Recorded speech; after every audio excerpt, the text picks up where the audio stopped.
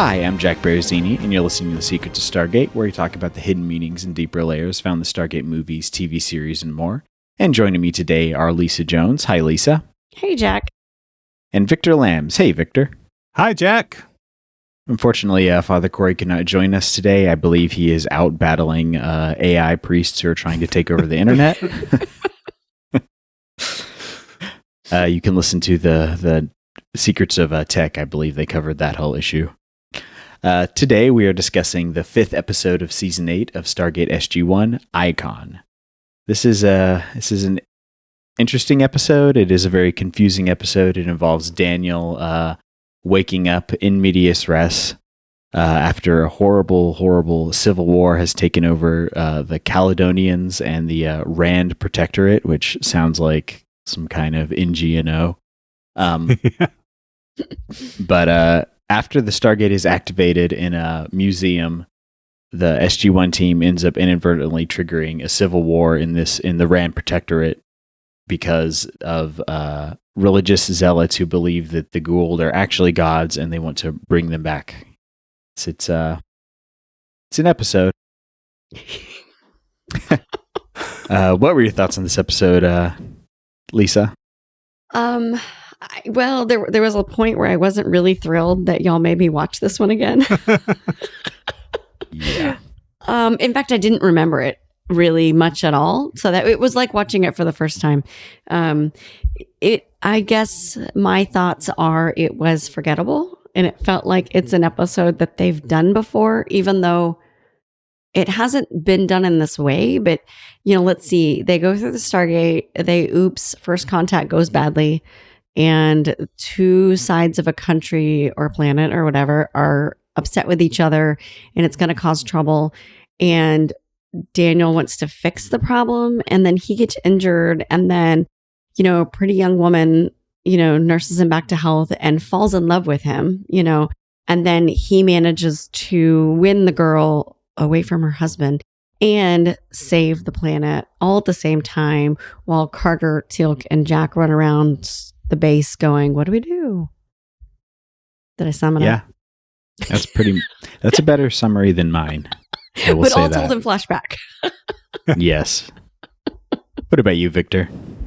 Yeah, there are some really cool ideas in this episode. I really like the name, the Rand Protectorate, as like a country. It got stuck in my head when I saw this, 20 years ago, and I was like, oh, it's the one with the Rand Protectorate, yay! And then you watch it, and you're like, oh yeah, we have kind of seen this before. It was New Ground in season 3.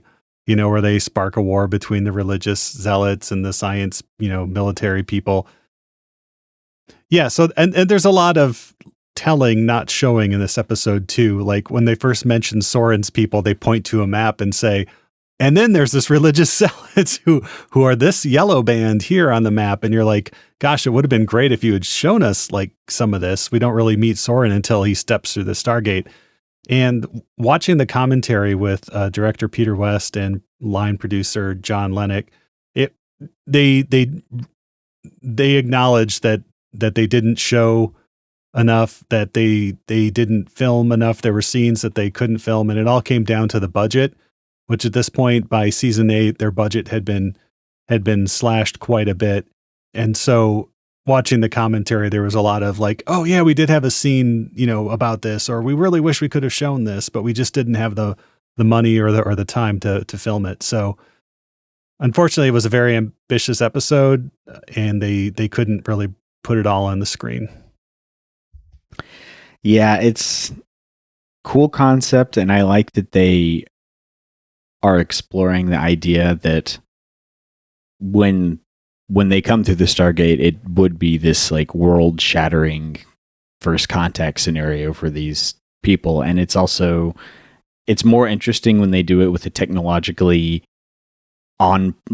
it seems like they're kind of like analogous to like the 50s or 60s in their technology level. So it's cool to see like what happens when you get that kind of first contact scenario rather than what we usually get, which is either like medieval level technology or their like Star Trek level. So it's cool to see that in between. But I don't know, my two biggest problems with this episode are that it's very confusingly done with the flashbacks, and I can swear that at one point, is it Lita? She mentions that her husband had died earlier in in one of the first scenes. I feel like she'd mentioned that because Daniel asks husband and was. And I don't know if maybe she thought he was dead and he came back and I missed that. And then the fact that Daniel knows she's married and continues to flirt with her, like that just... Daniel was a scumbag in this episode.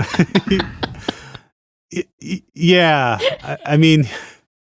Yeah, and director Peter West acknowledged some of that in the commentary, saying he was putting that out there as like a red herring. He's like, "Ooh, will there be a romance?" And then it's like everything else in this episode, they just kind of pull the rug out from under that and say, "No, we've been building this up and there's no payoff." But yeah, I did like the level of technology. They have long range missiles. It's not clear if they're nuclear missiles.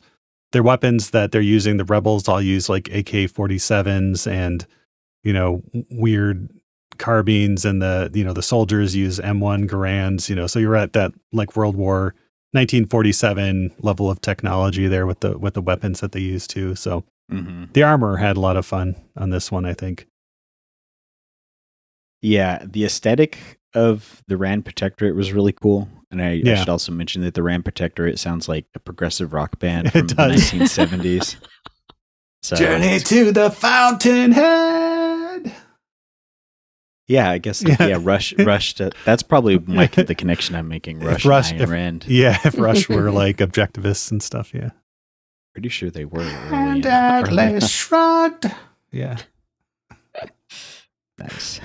Who is John Galt? No, sorry. That's all the Rand I know, folks. So you're safe here. Yeah, no, it was. Yeah, there was a lot that they and the flashbacks. That was a little confusing too, because you're just like, I think they did that just to kind of keep the interest up, but they really didn't do much with the theme of like, we wrecked another planet by coming through the Stargate.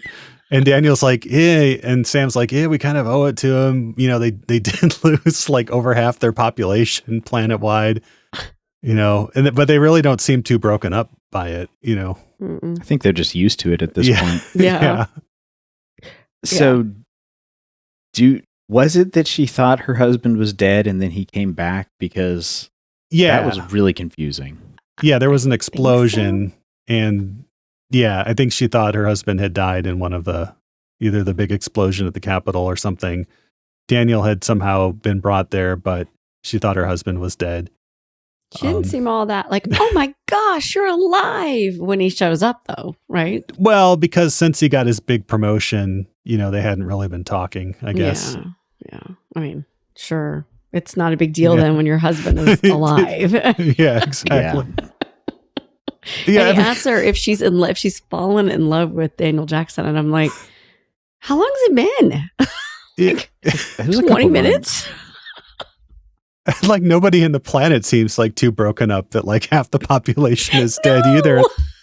They're like, yeah, I hear that like, Capital City's pretty much wiped out and they hit all of our major towns. I think there's probably like maybe 40 people left. Yeah. What are you going to do? Yeah. Didn't seem to have any concern about like food on the table or what comes next or, just, I don't know. It was weird. And meanwhile, she's in this idyllic, like chateau with the gardens, and she and Daniel Jackson are like holding hands, strolling down the lane, talking about the evil Gould, and it was so romantic. She was pulling like a Himmler's wife. Yeah. Yeah, Amy's World War II. Yeah, Amy Sloan at the time was filming The Aviator. She played Leonardo DiCaprio's Howard Hughes' mom in that movie. Oh, really? Yeah. So, that was their big casting win. Although the supporting cast is really good in this. Timothy Weber is Commander Gareth, the leader of the Rands. And then Matthew Bennett as Jared Kane. We'll see him again, I think, briefly in next season. But they're both very good. And in a bit part, the guide at the beginning who's showing the museum visitors about the Stargate, Richard Side, That is Gary Jones's comedic partner. And then, of course, James Kidney as Soren, playing like, evil guy number one or whatever, Yeah, he just looked like your like henchman who would be a background character, but I guess they were going for like radical religious terrorist guy. You probably have to cut this part, Victor, but he looks like that one senator from, is it New York or Pennsylvania? Yeah, Fetterman. Yeah, he looks like Fetterman. That's the first thing I thought of when he came through the gate. I didn't think about that, but now I see it.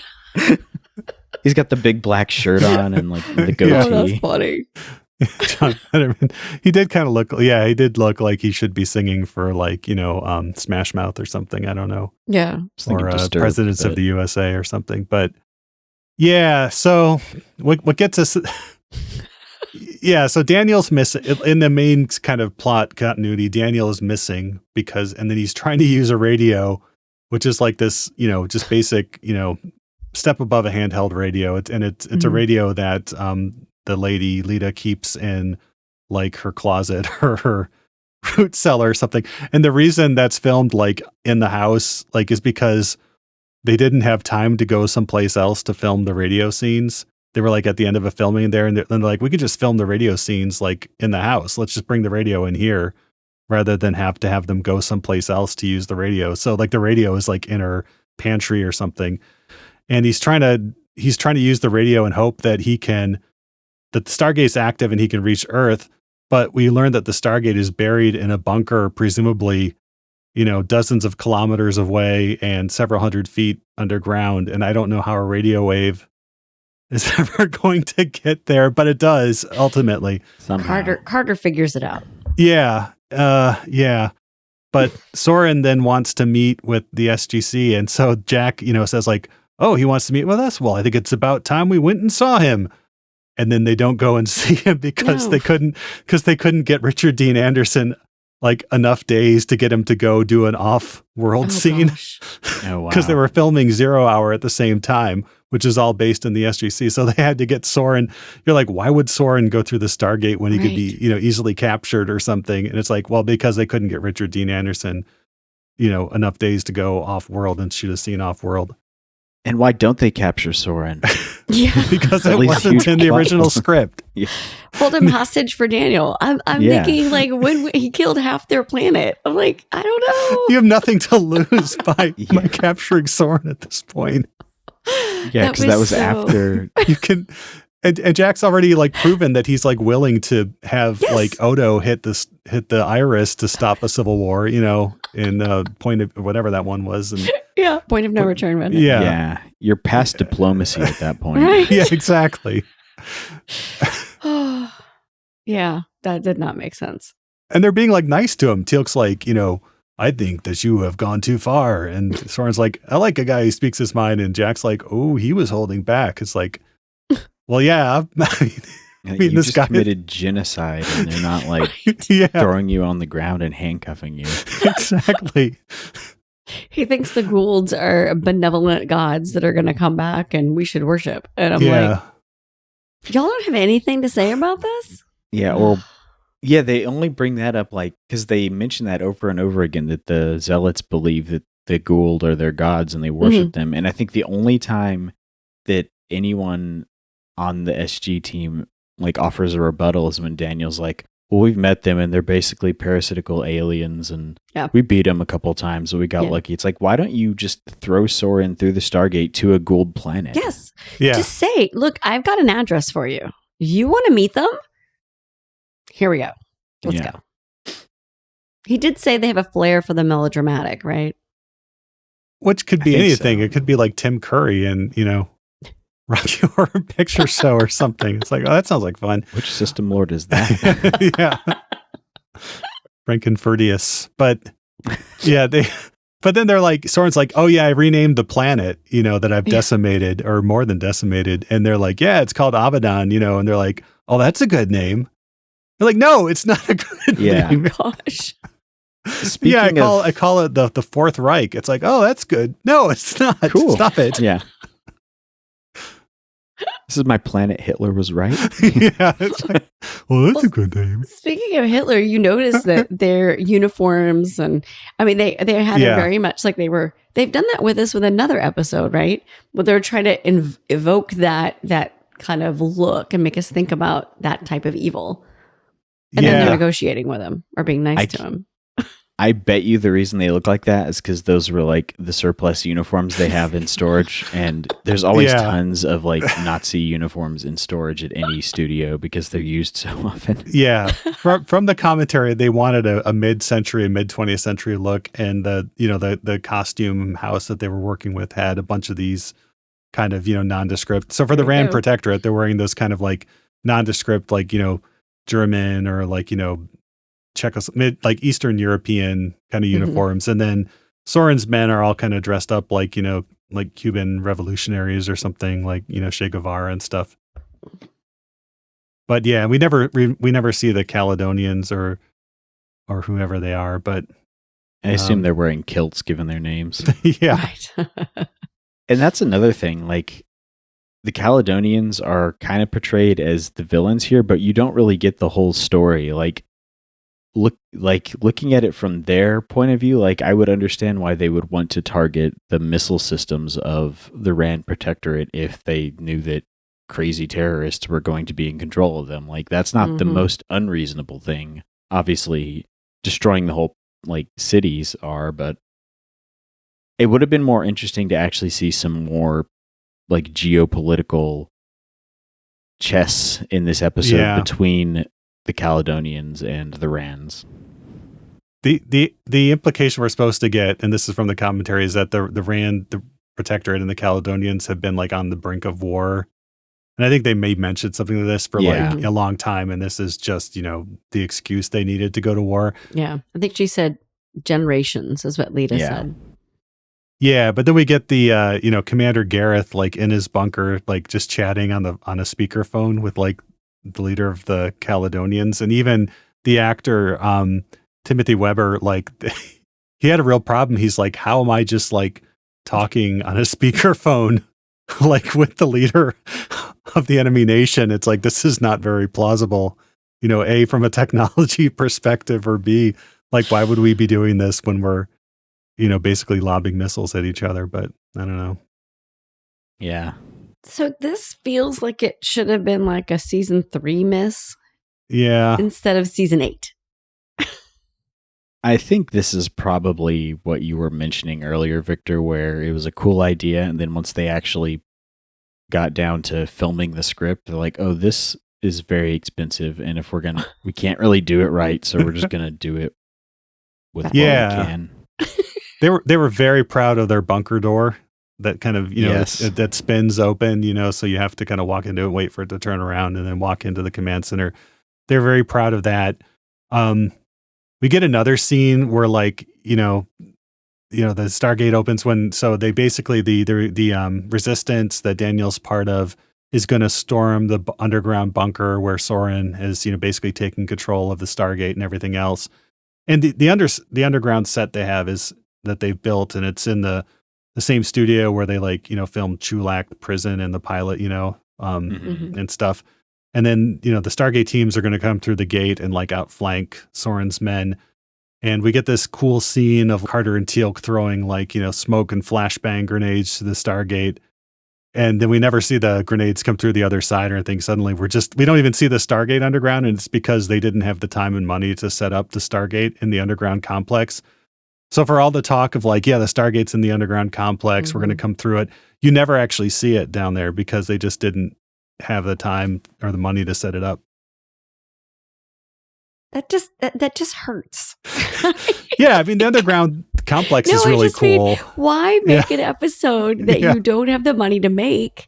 Why don't you fix it? I don't know. Like, what you do with this kind of thing is you realize what your budgetary constraints are, and then you make it like the whole episode takes place in the bunker, and it's like a tense like negotiation thing, and you there's ways you can work around your budget issues and do it as like make it a bottle episode and do something more interesting with it. And Yeah. they just didn't.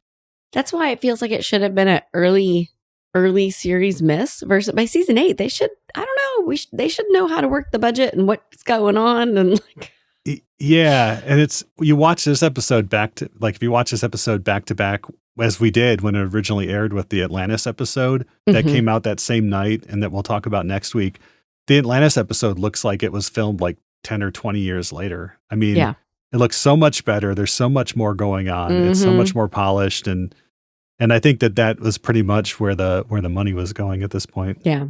It was just kind of sad. I mean, I say it's kind of sad. It's not surprising because, I remember that by the time we got to like 8, and then let's not talk about 9 and 10 yet, because, there was I hate to say this about my favorite show, but like a decline in quality, and what the product they were putting forth. And I realized that it went to Atlantis, and I love Atlantis, but it's just, as a longtime Stargate fan, SG-1 fan, it really just hurts. Yeah, and I was literally just about to mention that watching this sandwich between 2 episodes of Atlantis, like we've been doing, was like, ooh, this. And then I had to go look up and like, what year did this come out? Because this was around the time like Battlestar Galactica, speaking of Bennett, Battlestar Galactica was on, and that show has aged really well and looks good, mostly because of they used their budget well and the way it was filmed. And then Atlantis, like, this looks like something that came out in like 1995. Yeah. Yeah. I mean, they mentioned on the commentary, so I'm not, spilling the tea or anything, but they never show the floor of the briefing room in the SGC because the carpeting was so torn up. They replaced it before season 3, and then every year there was like they get more and more gnarly, and they were like, yeah, we'll replace it, but we're getting canceled, so we're not going to replace it. It was just they're always on the verge of cancellation, so they didn't put money into the show where they might have needed to. So but I think they replaced it for season 9 though, so we'll look for that. Nice. Yeah, I do know we do see this planet again in a future up. Apparently has to do with the Ori, which I've not heard great things about. Yeah, so. No. And I haven't seen it, but I hope it's so the Ori is like the big bad, and I hope it's not like where it's like, oh, they're so bad. Remember those people? Well, they took care of them too, and it's like, oh my gosh, they're really bad, type situations. But I've blocked the Ori, so I can't. I don't want to relive it. Can I not watch those again? We'll just make an AI version of you for those episodes. Or we'll watch them and we'll tell you about them. And yeah. And then so Soren, it's last days in the bunker. He realized he's been licked, and one of his lieutenants is like, this is crazy. It's over, and he's like, it's not over till I say it's over, and then he shoots her, and everybody else in the bunker is like, I hope he doesn't shoot me next. And then he's like, I'll show you. And he grabs a gun or the cool 9mm carbine and goes outside. And he's like, I'm Soren. And he holds up the gun. And then our hero guest star is just like, pop, pop, and shoots him dead. Yeah. And then everybody's like, oh, you just shot that guy. And he's like, yep. He's like, yeah, I did. And Danny's like, well, I hope you didn't create a martyr. And I'm like, that's probably the least of their problems at this point. It's like, it's whoever feeds the remaining 2% of the population is probably going to be a hero regardless of. Yeah, you never felt emotionally invested or connected. I mean, Soren gets killed and you're like, huh. Okay. Yeah. I know. Okay. Well, okay. I don't know. It just, there was just such a, and I know they said this was, who was it? David Kindler who wrote it. I saw that, I forgot who was praised that this was one of their favorite episodes that he wrote. And I guess that's what makes me upset about it, is that it probably was a very well written, well structured episode, but what came out on the screen, there was a disconnect for watching it. I mean, I'm like, all right, Daniel. Yeah. Yeah. Cute girl. There's her husband. I mean, Yeah. you know, and then the rest of them didn't really have much to do. And there's people talking about fighting, but they don't actually, like, there's a war, but there's not a war. And I'm just, Yeah, I we don't never know. see any of it because they couldn't film it. I This don't reminds care. me- Yeah, I would love to read the original script with everything that like you Yeah. had in mind for it. I feel like Mhm. that because the concept, like the bones of the episode are good. It's just Mhm. the missing step of actually making it good. But this reminds me of there's lots of times you'll watch a B movie, like a really low budget movie, and you can see like in the director's mind, like this is what the Yeah. shot's gonna look like, and then you see the actual results of it, and it's like, ooh. But you can tell like how they would have envisioned it if they actually had the money to do it, and that's what this reminded me of. Yeah, even the background I have behind me for people who are it's the matte painting of the Rand Protectorate, capital, and they have like a cool pyramid there that looks like it could be where the Gould may have landed at some point, and you have a smokestack, and on the commentary they were even mentioning it's like, yeah, there's our very static matte painting. It's like, well, no, the smoke's moving, and the smoke isn't moving. I thought, Coming out of the smokestack. I thought that was a picture of Memphis with the giant Bass Pro Shop. Yeah. And then later on, after the attack, you get to see it, and like the pyramid's like blown up, and then the smoke is moving there a little bit, but it's just like you have a static mat with like a smokestack in the background, and you couldn't animate the smoke. Maybe the smoke is moving. I don't know. And I was just reading on the wiki that I guess having Kane shoot Soren was like a compromise because Carter wanted to shoot Soren, but then Daniel and Teal'c both wanted to shoot Soren. And so, but then they're like, okay, nobody gets to shoot Soren. Kane gets to shoot Soren, and it's in cold blood. They could have just like, I think Kane shooting Soren is the best dramatically, but Yeah, they want to just lean into that. Just have Carter, Teal'c, and Daniel just like unload their clips into him all at once. it's like Could you RoboCop or imagine something. Turn it into a Quentin Tarantino finale. The moral outrage. They ruined their world by coming through the Stargate. Then they end up killing him in cold blood. Yeah, Of course, he killed a lot of other people. So yeah. anyway, but yeah.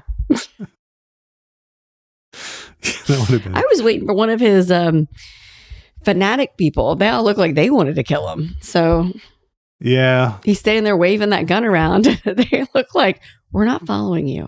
You're crazy. I feel like if you're at the point where you're in the bunker with the guy, it's kind of in for a penny, in for a pound. You've already destroyed civilization on this planet, basically.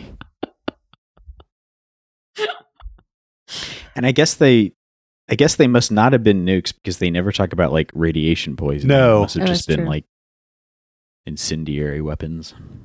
that managed to kill a lot of people. Mhm. But yeah, we don't see it, so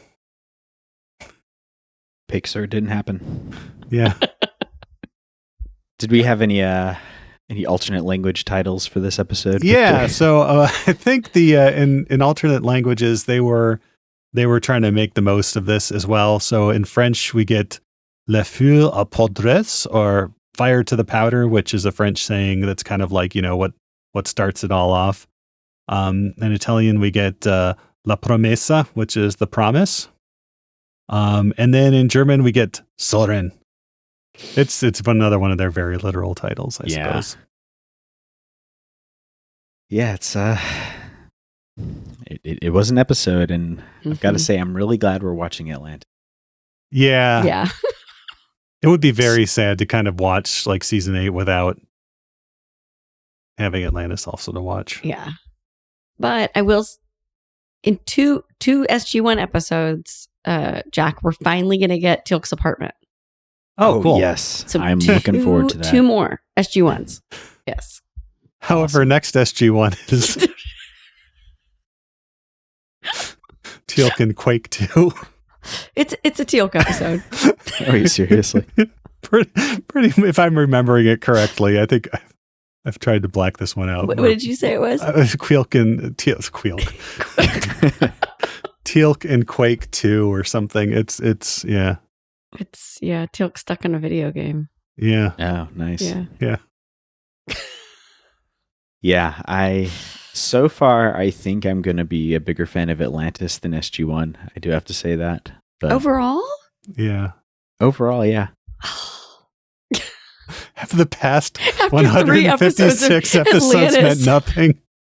7 seasons of Stargate SG-1 and then it's wiped out by 3 episodes of Atlantis. I really like SG-1, but I think Atlantis is going to be 3 years. Again. We've been doing this podcast for 3 years. Has it meant nothing? Won't you think of the children? possibly it's because we had to start Atlantis in season 8 of SG-1, Yeah. and so Yeah. Well, we my- did my- 2 originally. yeah, my recollections of SG-1 so far are I'm having to bounce back and forth between season 8 and then Yeah. all that's the true. episodes of Atlantis so far have been good. Yeah. Now, if you So- really want the true 2004 experience, I think it was 2004, then you got to watch a Battlestar Galactica after Atlantis. Yeah, Wasn't that should do that. 2004 when that lineup started, That or was. was it 2005? I think that was 2004. I'm just gonna do like a early aughts sci-fi night and watch SG-1, Atlantis, Firefly, Battlestar Galactica, and Enterprise. Just do a marathon. And Andromeda. Yes, and Andromeda. just because Oh. I think it was Andromeda. No, was it Andromeda? Andromeda Was it- moved over to sci-fi, I think, in like season 4 or 5. So that Okay. was also a sci-fi show at the very end. Yeah. Okay. Nice. Well, it says Battlestar. I can't find the mini. It started with like a mini series, right? But the Yeah. series didn't start until 2005. So not quite there yet. Yeah. And if anybody has copies of The Chronicle, which was another sci-fi show from around the same time that only ran for 1 season, if anybody knows where I can find that, because I like that show. Was that the one that was a spinoff of Babylon 5? I'm thinking No, of that Crusade. was Crusade. No, this was about a bunch of people who write for a tabloid, and then like weird things happen. But like, John Polito, who was in all the Coen Brothers movies, was in it. Curtis Armstrong was in it. The guy who played Damar on Deep Space Nine was in it and stuff. It was a really full show, but it only ran for a season, unfortunately. Nice. I'm a big fan of shows that get canceled after 1 season. So. Yeah. Awesome. Do y'all have any other thoughts on this episode? Oh no, I don't. I'd like to vacation at that chateau. Yeah. It was. Yes. Oh, it was the same one in Gamekeeper. There you go. Yes, it was. Nice. Kitchen looked- seemed a little tiny, though. Yeah. For a rental, I could Airbnb Yeah. it. Fair enough. And you'll notice they go into the cellar and like light is coming through, the wooden floor above them, but the floor above them is all tiled. Oh no. Poorly tiled. They need to Yeah. get some work in on that grout. Awesome. Before we go, we'd like to take a moment to thank our patrons who make it possible for us to create the secrets of Stargate, including NR, AJ, Gianna D, Cindy D, and Celine C. Their generous donations at sqpn.com/give make it possible for us to continue the secrets of Stargate and all the shows at StarQuest. You can join them by visiting sqpn.com/give. And be sure to follow the show on Apple Podcasts, TuneIn, Spotify, iHeartRadio, and you can find our video versions at youtube.com/StarQuestMedia, where you can see the unmoving smoke behind Victor. So definitely check that out. And to find previous episodes of Secrets of Stargate and to send feedback, you can visit sqpn.com/Stargate. And you can email us at stargate@sqpn.com and follow StarQuest on social media at facebook.com/StarQuestMedia or on Twitter at SQPN. And you can come check out our Discord at sqpn.com/Discord. We have a Secret to Stargate channel there, so you can talk about how off the rails this particular episode has gone. We'll be back next time with the next episode of Atlantis Suspicion. Until then, Lisa Jones, thank you for joining me and sharing the Secret to Stargate. Thanks, Jack. And Victor Lambs, thank you too. Thanks, Jack. And in these parts, we like to call that crimes against humanity. That's really cool. And once again, I'm Jack Baruzzini. Thank you for listening to the Secret to Stargate on StarQuest.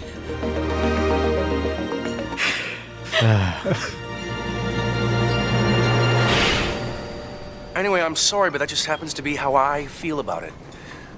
What do you think?